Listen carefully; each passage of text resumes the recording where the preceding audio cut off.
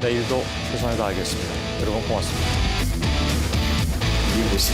소셜. 이거 소셜 라이프 한다고 해서 소셜 라이프.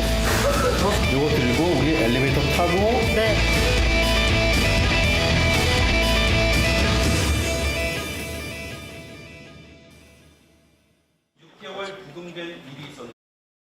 단이 나왔습니다. 터키 사례도 있습니다. 피의자가 구금된 장소를 사법당국이 공개하지 않은 사건. 이에 대해서 1999년에 자의적 구금으로 결론을 내렸습니다. 유엔 인권 최고 대표 사무소가 이같이 결정을 하면 해당국의 석방을 권고합니다. 따르지 않아도 됩니다. 제재는 없습니다. 하지만 국제사회의 비판이 따를 수 있습니다. 네, 근데 일단 뭐 이런 사례들하고 박 전 대통령 상황은 많이 달라 보이고 어쨌든 조만간 유엔에 진정을 하겠다는 거죠. 네, 그렇습니다. 유엔 인권 최고 대표 사무소의 자의적 구금에 관한 실무 그룹이라고 있습니다. 진정이 접수가 되면 이곳에서 판단을 내리는데 세부적으로 5가지 기준을 가지고 있습니다. 명백한 불법 구금인지, 양심과 종교 자유 등에 반하는지, 공정한 재판을 저해하는지, 그리고 난민 또는 이민자에 대한 장기 구금에 해당하는지, 마지막으로 정치적 박해인지입니다. 박 전 대통령 측은 재판이 공정하지 않다거나 정치 보복을 당한다고 주장을 해왔습니다. 이 실무그룹은 절차적 검토를 한 뒤에 각하할 수 있습니다. 만약에 조사를 한다면 한국 정부의 답변까지 듣고 결론을 내리게 됩니다. 네, 팩트체크 오대영 기자였습니다.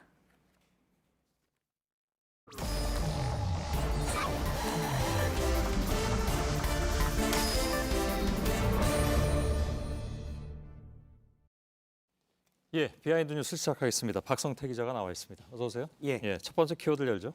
첫 번째 키워드는 두 번 속지 마세요입니다. 예, 어떤 얘기입니까? 네, 한때는 박근혜 전 대통령의 입으로 불렸다가 오래전에 결별했던 전여옥 전 의원이 어제 소셜미디어에 박 전 대통령 지지자들을 향해서 글을 하나 올렸습니다. 예. 그러면서 정치인은 동정의 대상이 아니라고 얘기를 하면서 박 전 대통령을 오랫동안 지켜본 본인의 소감을 얘기했는데 대통령으로서의 자질이 모자라는 것은 물론이고 평균적인 정치인으로서도 능력이 매우 떨어진 것을 깨달았다. 이렇게 표현을 했습니다. 예, 전에도 비슷한 얘기를 많이 했던 것 같습니다. 예, 그렇습니다. 예. 최근 뭐 박 전 대통령이 재판을 보이콧한다 뭐 이런 얘기도 있다 보니까 예. 더 나오는 것 같은데요. 그러면서 지지자들이 본인처럼 가까이 있었다면 본인보다 빨리 등을 돌렸을 것이다. 이렇게 얘기를 했고요. 그 얘기를 처음 듣는 것 같습니다, 이번에. 예, 그렇습니다. 예. 그러면서 처음 당하면 속는 사람이 나쁘지만 두 번 속으면 속는 사람이 바보다 이런 얘기를 했습니다. 예. 물론 이 얘기도 이전에 한 바는 있습니다. 아, 그렇습니까? 예. 자, 이제 두 번째 키워드로 넘어가면 되는 겁니까? 예, 좀 더 어록에 예전에 전여옥 전 의원이 2012년에 자서전을 하나 냈었는데요. 아, 또 있군요. 예. 그때부터 상당히 많이 박 전 대통령에 대한 경험담을 얘기를 했었습니다. 예. 잠깐 간단하게 소개를 하면 2012년에는 뭐 많이 나왔었는데 박 전 대통령의 언어는 베이비 토크다라고 됐었고요.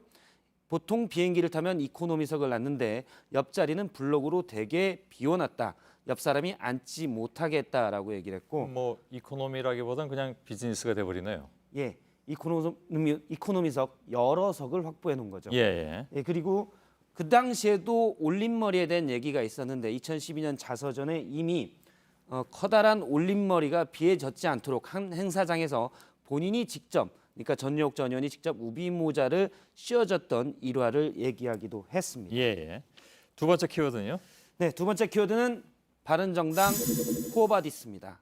예. 쿠어바디스는 이제 주여 어디로 가시나입니까? 뭐 이런 뜻인데요. 아, 그 주요까지 하시려면 쿠어바디스 도미네까지 붙여야 됩니다. 아, 그렇습니까? 예. 제가 알기로는 그렇습니다. 예. 예. 예. 알겠습니다. 미안합니다, 당황하게 해서. 예. 지금 정치권에서는 제4당인 바른정당이 어디로 갈지에 대해서 이목이 집중되고 있습니다. 예. 오늘은 국민의당 김동철 원내대표가 바른정당 주호영 원내대표를 찾아서 통합 또는 연대에 대해서 논의를 했는데요. 예. 비공개에서 두 사람이 만났었고요. 저희가 따로 접촉을 해서 물어보니까 김동철 국민의당 원내대표는 통합은 아니고 연대를 논의했다. 뭐 여론조사를 해봤더니 호남에서 국민의당이 바른정당과 연대를 하는 것이 부정적이 아니더라라고 얘기를 했습니다. 예. 주영 원내대표는 그 두 사람의 만남 이후에 당 의원들의 의견을 하나씩 물을 것이라고 했고요. 그다음에 연대보다는 통합 제의가 있었다라고 얘기를 하고 예. 국민의당에서 통합추진위원회 같은 기구를 만들어서 제의하면 정식으로 논의하겠다고 했습니다. 예. 통추이라는 단어 참 오랜만에 들어보네요. 예. 예. 오늘 국민의당은 아예 그 바른정당과의 통합에 대한 여론조사 결과를 흘려서 예. 일부 언론의 보도까지 됐었는데요. 현재 국민의당 지지율은 국민의당이 한국리서치에 의뢰를 해서 조사를 해보니까 6.4%로 네 번째입니다. 예. 그런데 만일 바른정당과 통합을 하면 19.7%로 두 정당의 지지율의 합계보다는 시너지가 좀 더 있는 것으로 나타나면서 예. 상당히 긍정적으로 평가를 했습니다. 예. 그렇군요. 그 이제 뭐 앞으로 이른바 합정 연횡이 시작되는지는 잘 모르겠습니다만은 아무튼 안철수 대표도 저 여론조사 결과에는 상당히 고무적으로 받아들였다면서요? 예, 오늘 기자들과 만나서는 제3지대에 대한 국민들의 기대가 높은 것을 확인했다. 아주 긍정적으로 평가했고요. 예. 눈에 띄는 반응은 사실 주호영 바른정당 원내대표의 반응입니다. 예. 원래 자유한국당 쪽으로의 통합파였는데 요즘 아주 적극적으로 국민의당과의 통합을 얘기하고 있는데 오늘 한번 들어보겠습니다. 예.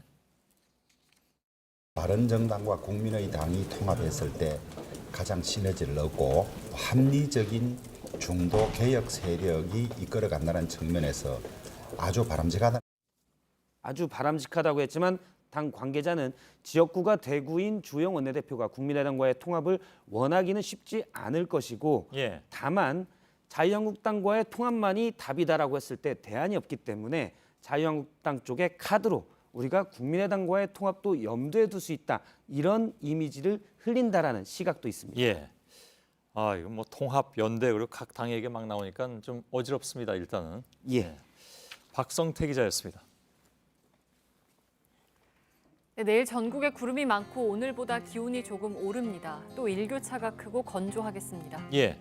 자, 오늘 끝나고 소셜 라이브가 이어지겠습니다. 오늘 두 기자가 나와서 박근혜 전 대통령의 공판정 얘기를 중심으로 특히 이제 구속 연장이 결정된 이후의 상황을 여러분께 전해드릴 예정입니다. 함께 지켜봐 주시기 바라겠습니다. 저희들은 내일도 최선을 다하겠습니다. 여러분 고맙습니다. Well, I'll be damned. Here comes your ghost again. But that's not unusual. It's just that the moon is full and you happen to call.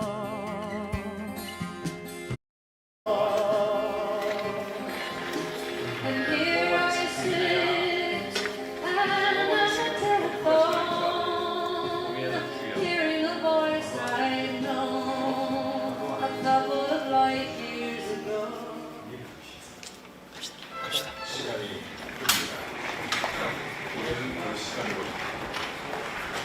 안녕하세요.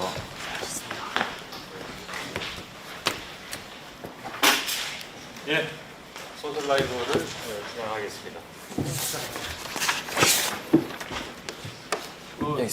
예. 마이크를 이렇게 들면 될까요? 아니 마이크를 제가 알기로 오늘 네, 그 기자는 이제 차고 나거든. 차고 나왔어요. 예. 예. 그렇군요. 예. 매일 그 마이크 두 대로 없는 티를 내더니 이제 드디어 모두 몇 대를 구입했습니까? 그러면? 총 이제 6대 가동 가능합니다. 6대가 동시에 이제 할 수 있다는 얘기인가요? 그럼 여기 이제 두 사람이 더 나와도 된다는 얘기잖아요. 그죠? 예, 예산 600만 원. 참, 방송국 예산치고는 이렇게 정말 적은 예산인데 그렇게 없는 티를 갖다 1년 가까이. 언제부터 우리가 했죠? 소셜 라이브를? 지난해 10월 31일부터 했습니다. 그게 1년 됐잖아요. 예. 그 아이폰으로 시작을 했어요. 마이크를 쓰기 시작한 건 올 2월부터 마이크를 썼어요. 그때는 아이폰으로 시작을 했었던가요? 그리고 이제 마이크 쓰기 시작한 게 올 2월. 그 전에 이제 붐마이크로 붐 마이크로 했단 말이죠. 이렇게 크게 이렇게 왔다 갔다 하는 거. 맞아요. 그랬던 기억이 납니다. 그래서 페이스북에서 댓글에서도 그 시청하시는 분들이 예. 게- 원성이 높았죠. 예, 원성이 높았죠. 이소준 기자 마이크 대고 말하세요. 뭐 이런 것들이 댓글이 막 올라오는. 예. 이제서야 이제 되고 또 자기 이름 한번 또 얘기하네요. 박민규 기자. 네. 사실 저희 같이 저도 소셜 라이브 때문에 이렇게 스튜디오 내려와서 선배들 뵙는 게 두 번째, 세 번째인 것 같은데. 아, 그거밖에 안 되나요? 네, 네. 그래서 엄청 떨고 있는데 저희 같은 사실 초면병 기자들은 예. 와가지고 마이크를 대서 어디서 제가 말을 끊고 어디서 어디까지 말을 끊어 들어야 될지 몰라서 네, 그래요. 마이크를 이렇게 자꾸 헤매고 그런 모습들도 있었는데 이제 그런 모습은 없을 것 같습니다. 야, 마이크 6대 늘려놓고 엄청 자화자찬하고 있는 우리가 지금. 자, 알겠습니다.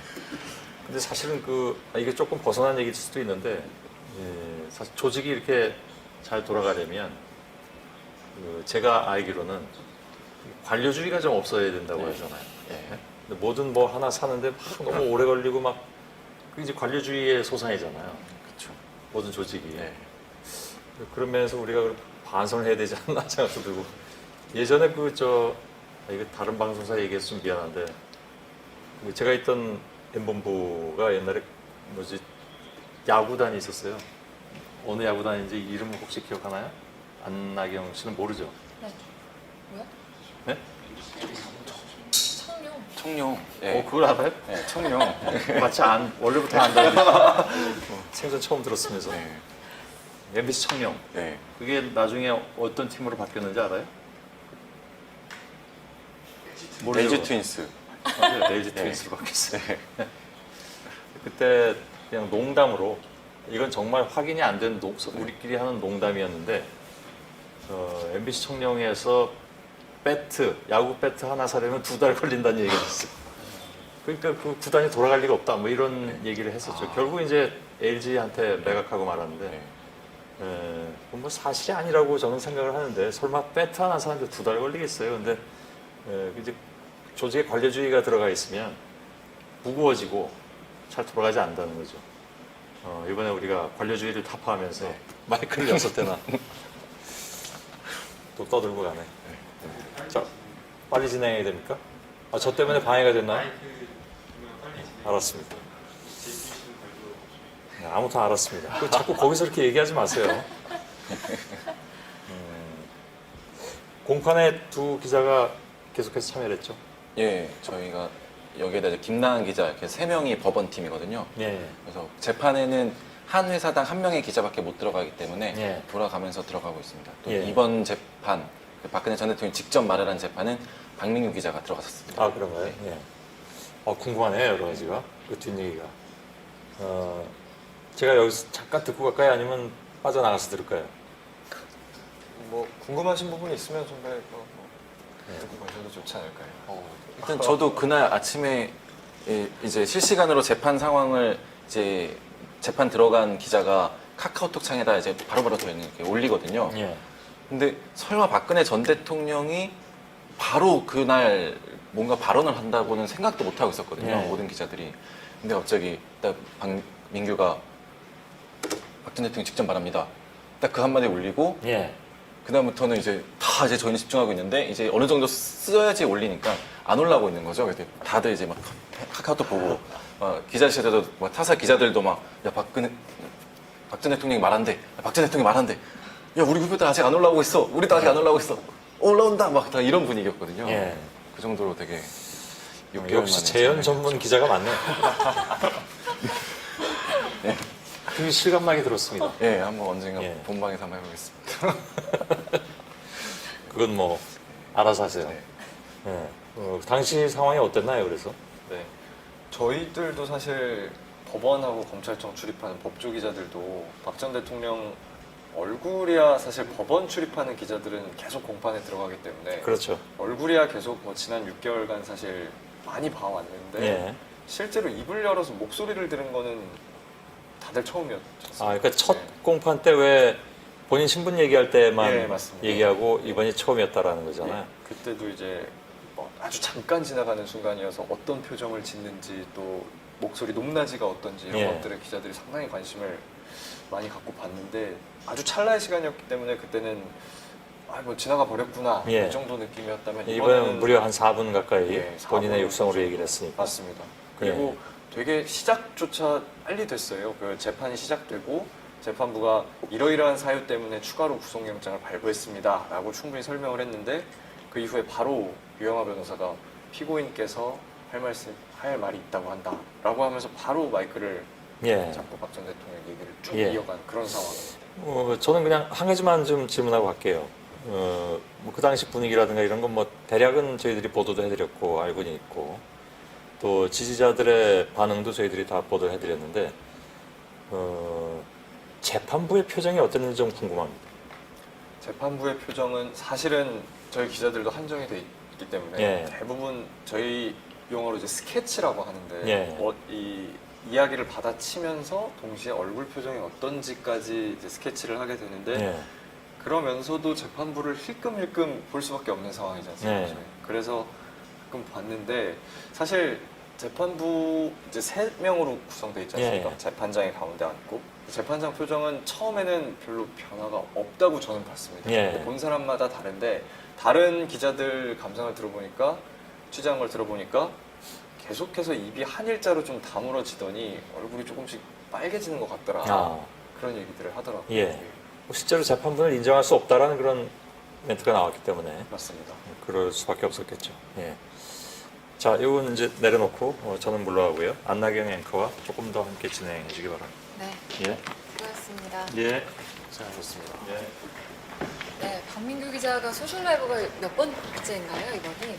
제가 이번이 딱 3번째인 것 같아요. 아, 세 번째. 예, 3번째인데 그나마도 아, 여기요? 그나마도 2번째는 그나마도 2번째는 저희 저기 대선 날 어디를 보고 하면 될까요? 이쪽 보면 돼요. 아, 여기 네.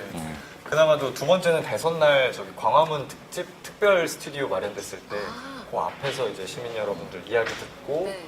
그리고 이제 메인 뉴스 그때 특집 방송으로 진행됐던 메인 뉴스가 어떻게 진행될 것이다. 요거 소개하느라고 밖에 나가서 했기 때문에 네. 스튜디오에는 사실 2번째입니다. 그래서 엄청 그게 떨립니다, 네, 지금. 귀가 새빨개졌어요. 아, 정말요? 제가 아까부터 계속.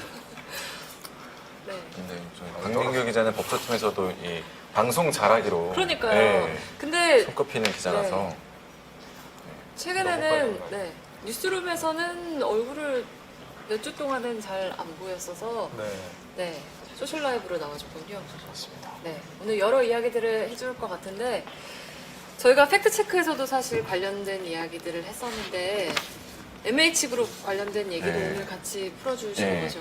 그러려고요. 네. 오늘 보도에서 다 하지 못한 부분들도 좀 보도 내용도 정리를 해드리고 네. 또 좀 더 추가적으로 얘기해드릴 부분도 얘기를 하고자 합니다. 예. 네, 알겠습니다. 여기 보니까 뭐 여러 가지 영상도 담아오고 사진도 네. 담아오고 같은데요. 네, 한번 지켜보도록 하겠습니다. 알겠습니다. 네, 수고하세요. 네. 고생하셨습니다. 네. 귀가 이거 빨개지는 거는 네네. 뒤로 돌고 뒤로 도세요. 예. 네. 조금 붙어주시고. 네. 소장님께 손이 좀 낮아. 예. 저희가 이걸로 키워드를 띄워드리는 거죠? 네, 그렇죠. 그럼 찾을 동안 뭐 이렇게 네. 자세를 어떻게 해야 될지 모르겠네요. 편하게 해서 얼굴 보면서 이 카메라도 보면서 이렇게 하시면 돼요. 예, 일단은 네. 뭐 이상하 선배. 좀 찾아주십시오. 오늘 저희가 이제 박근혜 전 대통령 재판에 대해서도 말씀을 드리는데 오늘 저희 뉴스룸을 보셨으면은 이 박근혜 전 대통령의 이른바 국제법무팀, 네. MH그룹 법률팀이라고도 소개가 되고 예. 컨설팅 업체라고도 예. 소개가 됐습니다. 이 부분에 대해서도 다 같이 말씀을 드리겠습니다. 근데 결국에는 이번에 재판에서 보여준 모습과 그다음에 오늘 이 MH그룹이 가지는 어떤 본질은 하나이지 않을까 저희는 생각을 해요. 그 본질의 키워드를 저희가 모아봤는데요. 나눠서 얘기하지 않고 저희가 쭉 흐름을 얘기하겠습니다. 일단은 자신이 피해자라는 거를 강조하고자 하는 것으로 보이고요. 의도가. 그다음에 사법제도, 이 한국의 사법제도는 전반적으로 부정을 하겠다라는 거가 전제로 깔려 있는 것으로 보입니다. 자, 그다음에 결국에는 정치투쟁을 하겠다. 법적 대응이 아닌 정치투쟁. 무엇을 통해? 바로 여론전, 자기들의 지지 세력들을 통한 이 여론전으로 가겠다는 것이죠. 그래서 이 피해자 사법제도 부정, 정치투쟁, 여론전의 그 관점에서 오늘 박 전 대통령의 재판과 그 다음에 국제적인 이 법무팀에 대해서 얘기를 한번 해보도록 하겠습니다. 네, 월요일 재판이 사실상 박 전 대통령이 본인 입장을 밝히고 그리고 또 변호인단이 모두 그만둬버리면서 해석이 다양하게 나왔습니다만은 가장 지배적으로 나왔다고 할 수 있는 게 아예 이 문제를 법정 밖으로 끌고 가겠다. 한마디로 정치투쟁, 여론전을 법원 밖으로 끌고 나가버리겠다 이런 분석들이었잖아요. 근데 오늘은 그 밖으로 나간 것의 범위가 단순히 장외로 나간 것이 아니라 아예 나라 밖으로 국제적으로 좀 스케일이 완전히 커져버린 그런 모양새가 된 것 같아요. 그렇죠. 그래서 법정 밖으로 이걸 나가는구나라고 생각했는데 이 법정 밖으로 나가서 해외로 나갈 거라고는 생각을 못했는데 네, 이제 유엔으로까지 얘기를 하고 있으니 맞습니다. 굉장히 저희가 생각지 못한 부분들까지도 계속 벌어지고 있습니다. 특히 네. 이번 한 주 동안에 일단 이 법정 얘기를 이어서 하기 전에 예. 오늘 보도를 했던 이 국제 법무팀에 대해서 먼저 한번 얘기를 한번 해보죠. 네. 예. 이른바 MH 그룹이라는 생소한 단체가 등장을 했는데 여기서 결국 한다는 것이 뭐냐면 박 전 대통령이 구치소 생활에서 인권 탄압을 받고 있다라고 해외 언론 그리고 유엔 등 단체에 주장을 하는 겁니다. 이게 아침부터 사실 저희가 알아봤는데 처음에는 이 단체가 뭐지 대체? 이름도 처음 듣는 데다가 홈페이지에 들어갔는데 결국에 나오는 거는 이제 박 전 대통령 관련된 글들 한 서너 건 정도 하고 나머지 다른 한 건은 카다피 전 대통령 이런 것들이라서 상당히 하루 종일 좀 관심을 모았던 부분입니다. 예. 그래서 일단 저희가 실체가 없는 조직이지 않을까도 생각했는데 저희 이제 지금 미국 특파원 선배께서 취재를 해본 결과에 따르면 이 MH 그룹은 실제로 존재를 하고 MH 그룹 회장과의 전화 통화에서 이에 대해서 자신들이 사건을 맡고 있다라는 것도 인정을 했고, 그다음에 그 영국 변호사 딕슨 변호사도 자기들이 이제 이 변호를 해달라고 맡아달라고 부탁을 한 사실이 있다라고 얘기를 했고요. 그다음에 이 회장이 자기의 어떤 커리어에 MH 그룹 대표라고 자기를 소개하기도 했다고 합니다. 실제로 뭔가 이루어지고 있는 것은 맞는 것 같아요. 그래서 저희가 걱정했던 것처럼 아예 없는 단체, 가상의 단체 이런 거는 아니었습니다. 그러면 이거를 그럼 왜 하는 걸까? 일단 MH 그룹이 이걸 만들어서 이 MH 오늘 이 딕슨 변호사 발로 얘기한 게 뭐였냐면은 더러운 구치소에서 바닥에서 차가운 곳에서 제대로 잠을 못 자고 있다. 그리고 허리랑 무릎, 어깨 다 관절에 통증이 있는데 제대로 된 치료를 못 받고 있다. 이렇게 얘기를 했습니다. 그러니까 자신이 피해자라는 걸 계속해서 강조하고 있는 겁니다. 이 피해자라고 강조하고 있는 이유는 대외적인 어떤 여론과 정치적인 유리한 상황을 만들어서 자신이 이 형을 줄일 수 있는 방법은 이것밖에 없다고 판단을 한 것 같아요.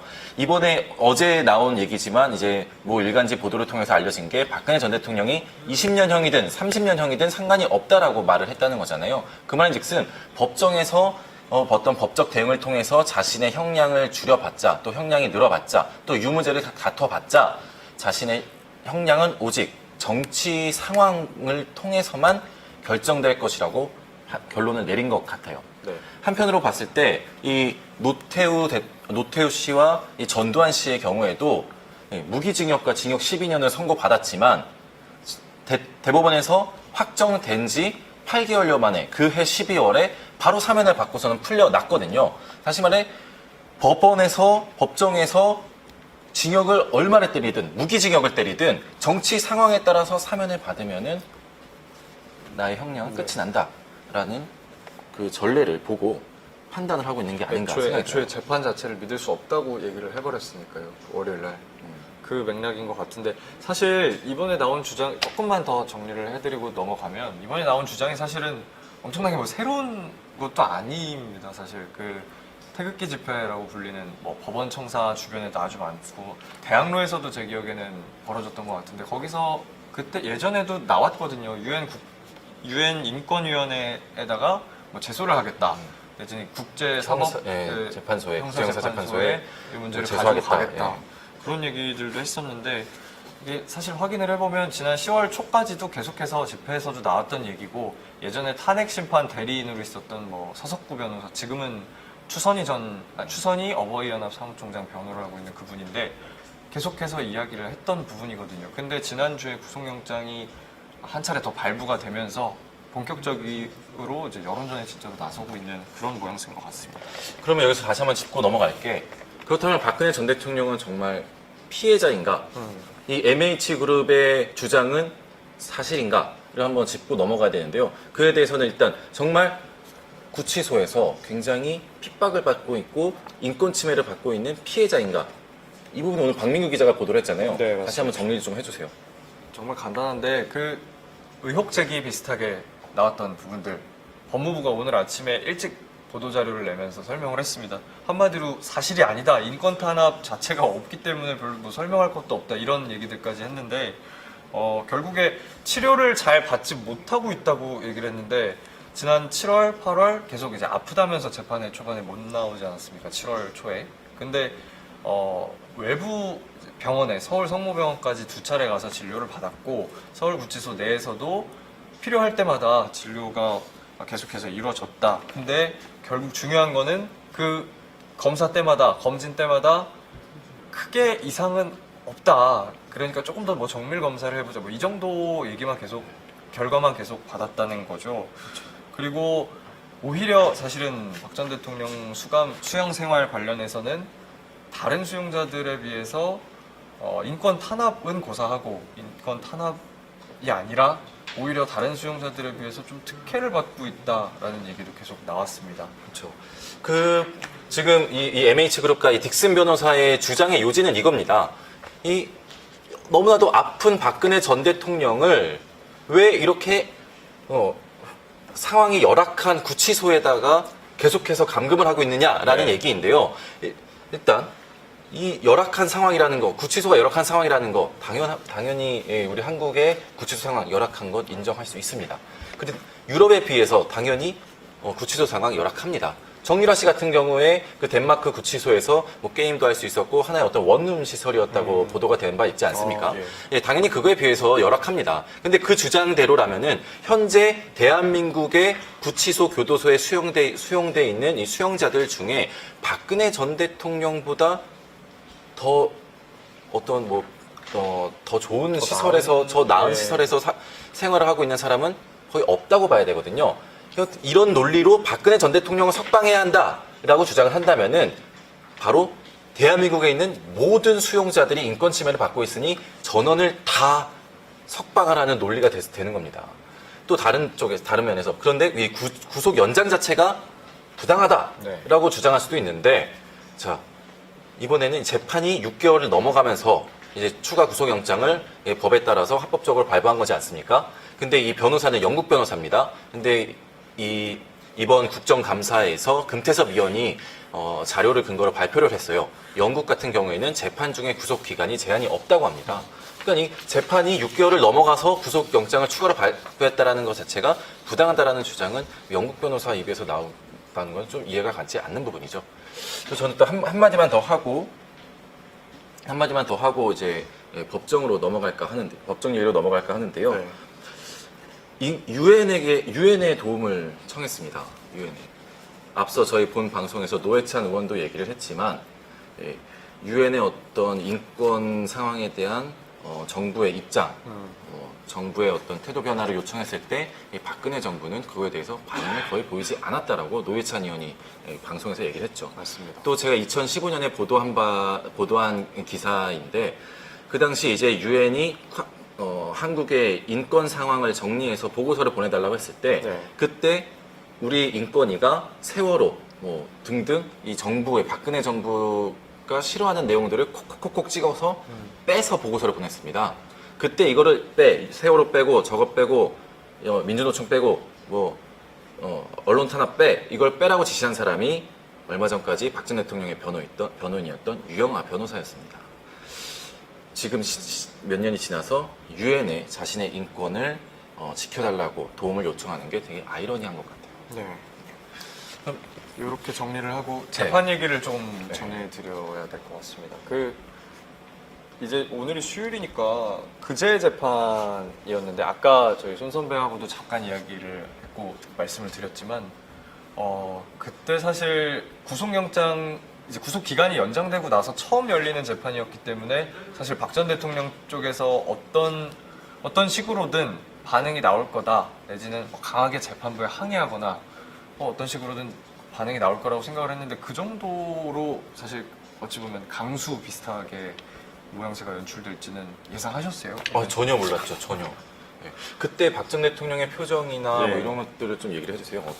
네, 제가 법정에 직접 들어가서 상황을 지켜봤는데 사실 되게 다들 당황했습니다. 방청석에 이제 언론사 기자들이 각 사마다 한 명씩 들어가게 되는데 다들 이제 오늘 무슨 얘기가 과연 나올까 이렇게 궁금해서 올라가 있기는 했지만 박 전 대통령 본인 목소리를 들을 수 있을 거라고는 생각한 사람 거의 없었을 것 같아요. 근데 재판 시작한 지 얼마 되지 않아서 박 전 대통령 본인 입으로 계속해서 한 4, 5분 정도 입장을 내놨습니다. 표정이나 목소리를 보면은 그 내용은 뭐 저희가 뉴스룸에서 이미 보도를 다 해드렸기 때문에요.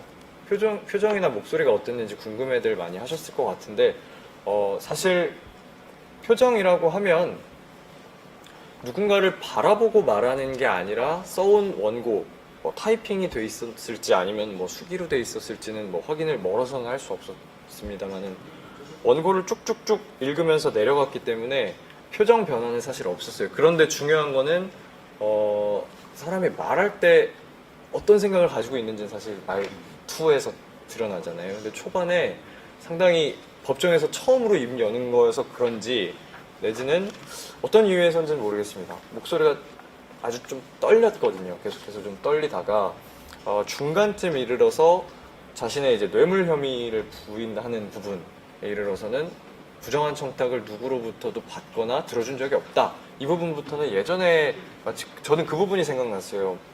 대국민 사과 내지는 그보다 더 전에 연설했던 모습들 뭐 그런 식으로 해서 나름대로 좀 강단 있는 말투로 바뀌었습니다.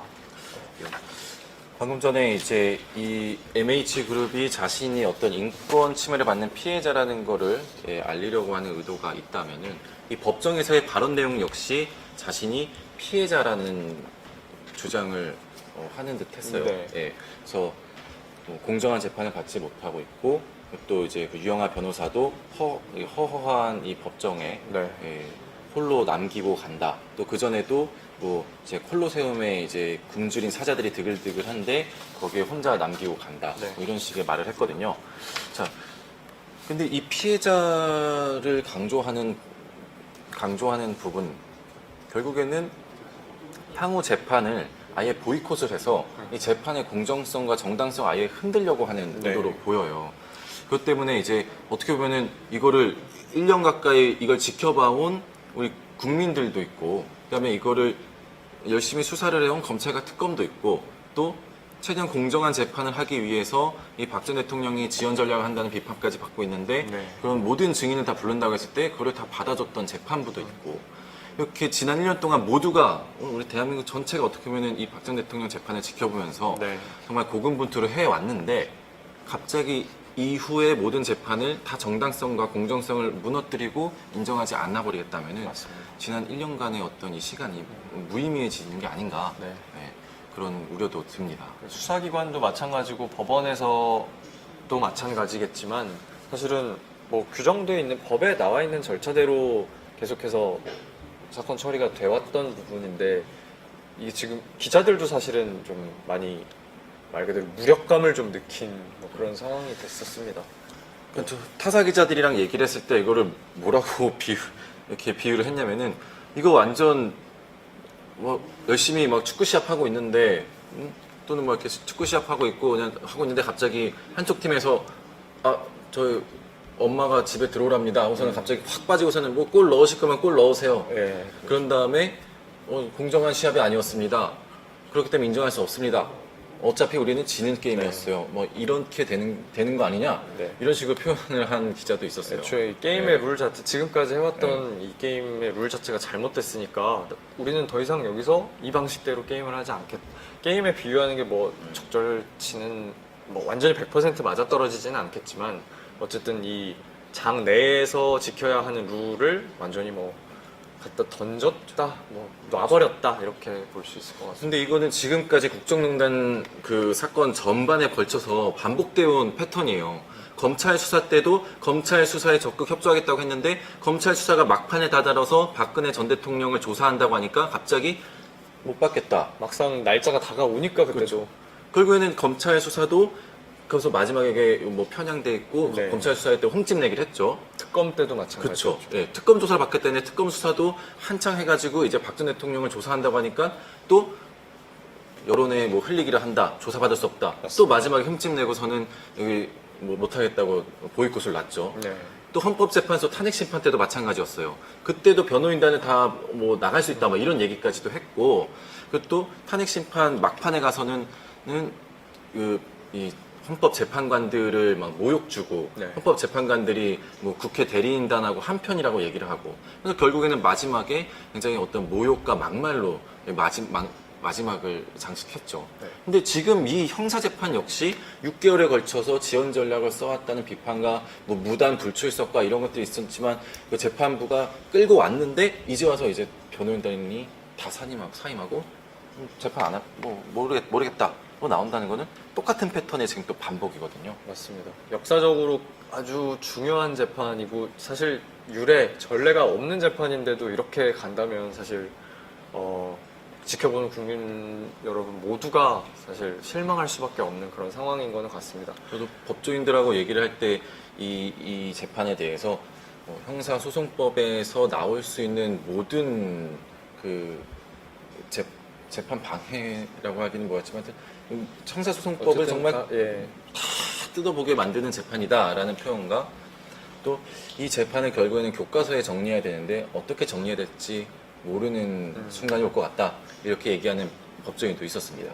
자, 이제 마지막으로 이제 내일 이제 박근혜 전 내일 대통령 재판이 재판이 있습니다. 있습니다. 어떻게 진행될지 한번 예상을 조금 해보죠. 네, 내일도 오전 10시부터 재판이 진행이 되는데 일단 사실 관건은 박 전 대통령이 내일 출석할지 안 할지 요거가 될 것 같습니다. 만약에 출석을 한다면 변호인 선임계를 지금까지 확인된 바로는 아직 제출하고 있지 않기 때문에 또 재판부도 직권으로 국선 변호인을 정할 수 있는데 그 역시도 아직 이루어지지 않았기 때문에 출석을 한다면 어떻게 될지, 또 출석을 아예 하지 않는다면 그때는 뭐 당연히 재판이 될 수가 없고 다른 피고인들에 대해서만 재판이 진행이 되겠죠. 그럼 국선 변호인을 미리 이제 지정할 가능성이 높아 보이는데요. 왜냐하면 내일 안종범 전 수석의 그 증인신문 매우 중요하기 때문에 맞습니다. 내일 이제 신동빈 롯데 회장, 최순실 씨, 박근혜 전 대통령 이 세 명의 피고인에 대한 이제 안종범 전 수석 증인 신문이거든요. 네. 근데 만약에 내일 재판이 시작됐을 때까지도 국선 변호인조차 없으면 박근혜 전 대통령과 관련해서는 어떤 증인 신문도 안종범 전 수석에게 물어볼 수가 없게 되잖아요. 네. 근데 또 하나 문제는 만약에 국선 변호인을 미리 이제 지정을 해서 이 박근혜 전 대통령 재판에 참석할 수 있게 한다 할지라도 이때 만약에 박 전 대통령이 이 국선 변호인이 이 기록을 본 것도 아니고 사건에서 뭐를 알겠냐, 오히려 반발을 할 네, 수도 반발할 수도 있고 예. 또 이 새로 선임된 이 국선 변호인이 나는 아직 잘 모른다, 그렇기 때문에 안종범 전 수석을 상대로 물어볼 게 없다라고 할 수도 있습니다. 이렇게 될 때는 사실상 의미 없는 재판이 진행될 수도 있죠. 네. 일단 나올지 여부부터 사실은 내일은 관심 갖고 다들 지켜보셔야 될 것 같습니다. 이 전에도 사실 불출석한 게 미리 사유서를 제출한 적도 있지만 검찰에서 그렇죠. 이제 네. 강제로라도 좀 데리고 올 수 있는 구인장을 받아서 가지고 갔을 때도 사실 집행을 제대로 못했던 사례들이 있기 때문에 또 이 변호인단이 일괄 사임을 한 거는 전두환 씨, 노태우 씨 때도 마찬가지였습니다. 네. 그때 결국에 재판부가 직권으로 국선 변호인을 선임했는데, 그러니까 국선 변호인을 선임한 데에 대한 어떤 반발로 노태우 씨와 전두환 씨가 재판을 안 나오기 시작했습니다. 그러다가 이제 구인장을 집행한다고 하니까 그때서야 다시 나왔는데요. 네. 근데 이 박 전 대통령은 이 구인장 집행조차도 거부를 한 번도 받아들인 적이 없기 때문에 맞습니다. 만약에 박 전 대통령이 아예 재판을 안 나가겠다라는 식으로 나오게 된다면은 그 다음 장면은 예상이 가지 않습니다. 오늘 MH그룹 이것도 예상이 안 갔던 장면인데 네. 추후 재판도 어떻게 진행될지는 사실 저희도 예상이 가지 않습니다. 저희- 같이 지켜보셔야 할 것 네. 같아요. 수사랑 재판 1년 정도 지금 진짜 딱 1년 돼가는데 1년 정도 봐도 하루하루가 사실 새롭고 내일 어떻게 상황이 바뀔지 예상하기 어려운 상황들 계속 이어지고 있습니다. 예. 자, 이제 저희 오늘 이제 소셜 라이브 내용은 마무리를 하는데요. 저희 이 소셜 라이브를 제작하고 있는 팀이 이 JTBC의 디지털 뉴스룸이라는 팀이에요. 예, 이 디지털 뉴스룸 팀에서는 저희 소셜 라이브뿐만 아니라 이 소셜 스토리 등 다양한 이제 이 인터넷 컨텐츠들, 영상들을 제작을 하고 있거든요. 그래서 이 디지털 뉴스룸 팀에서 만든 이 영상 컨텐츠를 저희 소셜 라이브 끝난 뒤에 바로 이어서 이 페이스북에서 보여드리도록 하겠습니다. 오늘은 이 김광석 씨와 관련한 영상 컨텐츠입니다. 유튜브에서도 볼 수 있어요. 유튜브에서도 볼 수 유튜브에서도 있습니다. 볼수 있다고 유튜브에서도 보시죠. 예. 다음에 또 저희가 이 재판이나 이제 법조 상황에 대해서 전달해 드릴 내용이 있을 때 또 찾아뵙도록 하겠습니다. 감사합니다. 고맙습니다.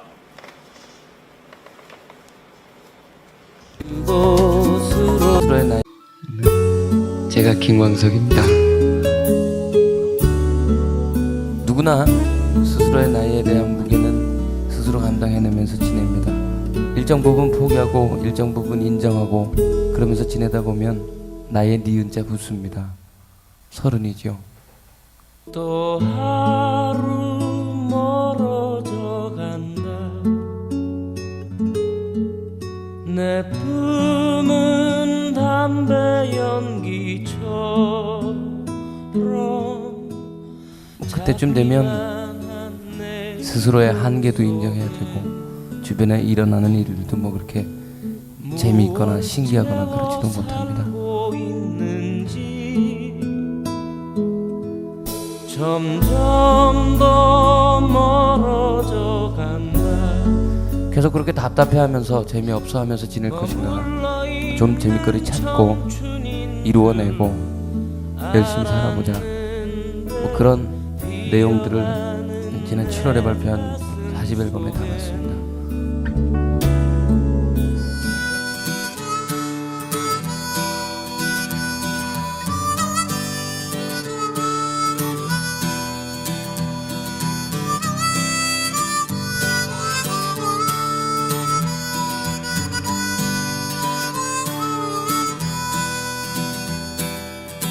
흔히들 뭐 저를 또 해라는 둥 뭐 그렇게 부르시더군요.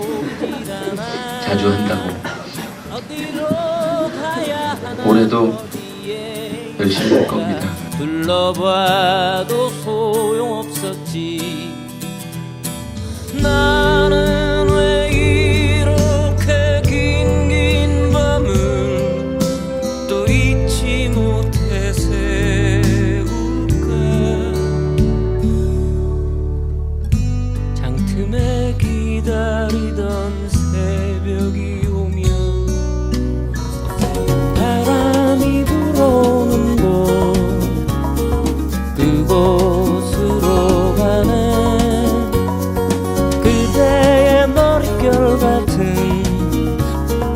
나무 아래로, 아무도 베지 않는 암흑 속에서 조그만 읊조리는 커다란 빛.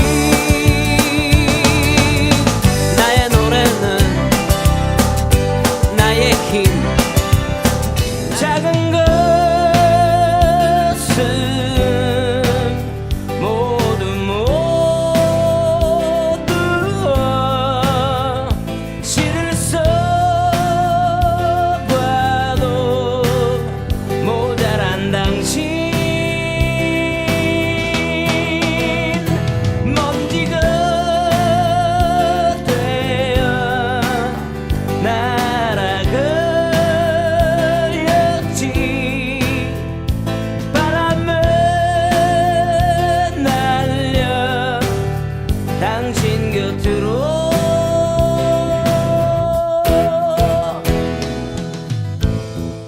후배 가수들이 가장 많은 리메이크 곡으로 그의 노래를 아직도 사랑하고 애창하고 있습니다.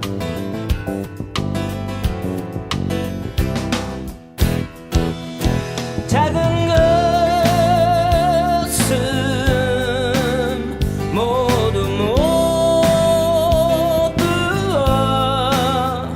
시를 써봐도 모자란 당신 먼지가 돼야 날아가. 광석이는 왜 그렇게 일찍 죽었대니? 안녕하실 테죠? 제가 김광석입니다. 누구나 스스로의 나이에 대한 무게는 스스로 감당해내면서 지냅니다. 일정 부분 포기하고 일정 부분 인정하고 그러면서 지내다 보면 나이에 니은자 붙습니다. 30이죠. 또 하루 멀어져 간다. 내 품은 담배 연기처럼.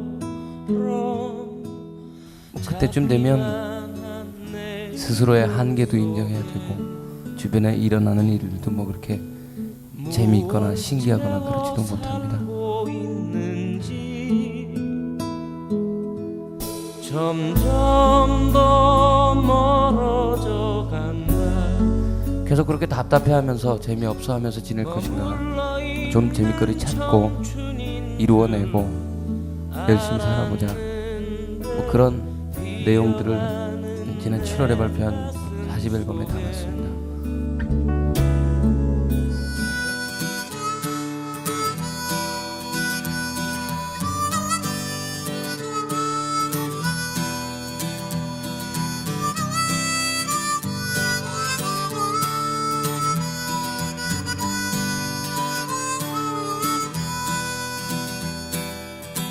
흔히들 뭐 저를 또 해라는 둥 뭐 그렇게 부르시더군요. 자주 한다고. 올해도 열심히 할 겁니다. 둘러봐도 소용없었지. 나는 왜 이렇게 긴 밤을 또 잊지 못해 새울까.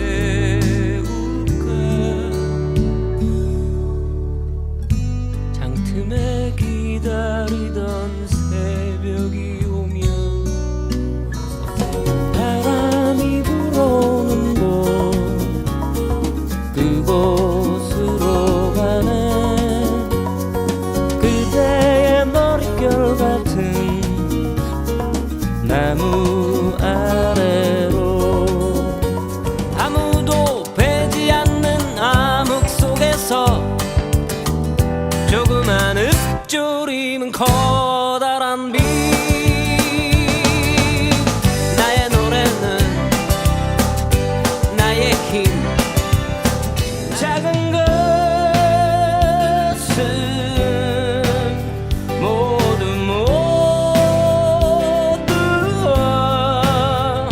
시를 써봐도 모자란 당신 먼지가 되어 날아가렸지. 바람에 날려 당신 곁으로.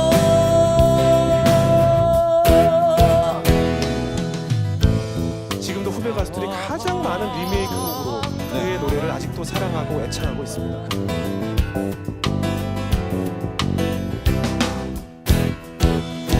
작은 것은 모두 시를 써봐도 모자란 당신 먼지가